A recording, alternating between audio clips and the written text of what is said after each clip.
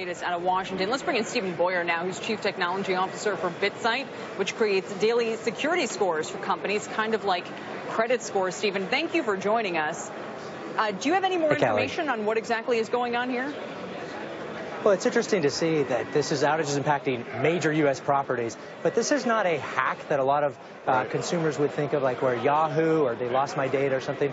It's really an attack on the infrastructure where services that allow the computers to communicate are overwhelmed with requests. And because those requests are so overwhelming, they're not able to fulfill the services that they have.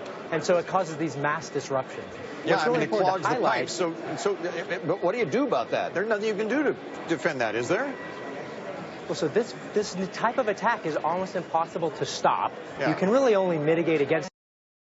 You're really trying to filter good requests versus bad requests, or throttle, which is, hey, I'm only going to allow so much of a request coming from a particular place. But there's really no stopping this type of request, which is called a distributed denial of service attack.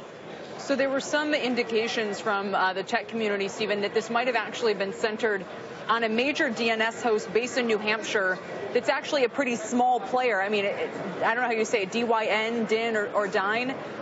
Could that be the case, that such a small player could actually end up affecting all of these major websites and the internet infrastructure that we're talking about? Absolutely. In fact, actually something like this happened last year to Netflix. They used a different service provider. It just shows the interconnectedness of the internet, where different people are providing different services, and you see the risks of doing business and operating services on the internet, that one company could impact many others.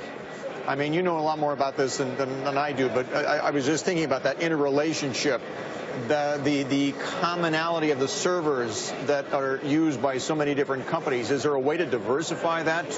Would that help this problem to some degree? Well, absolutely. There are a lot of different strategies, and there are many companies that provide DDoS mitigation services. There are different tools and technologies to do it.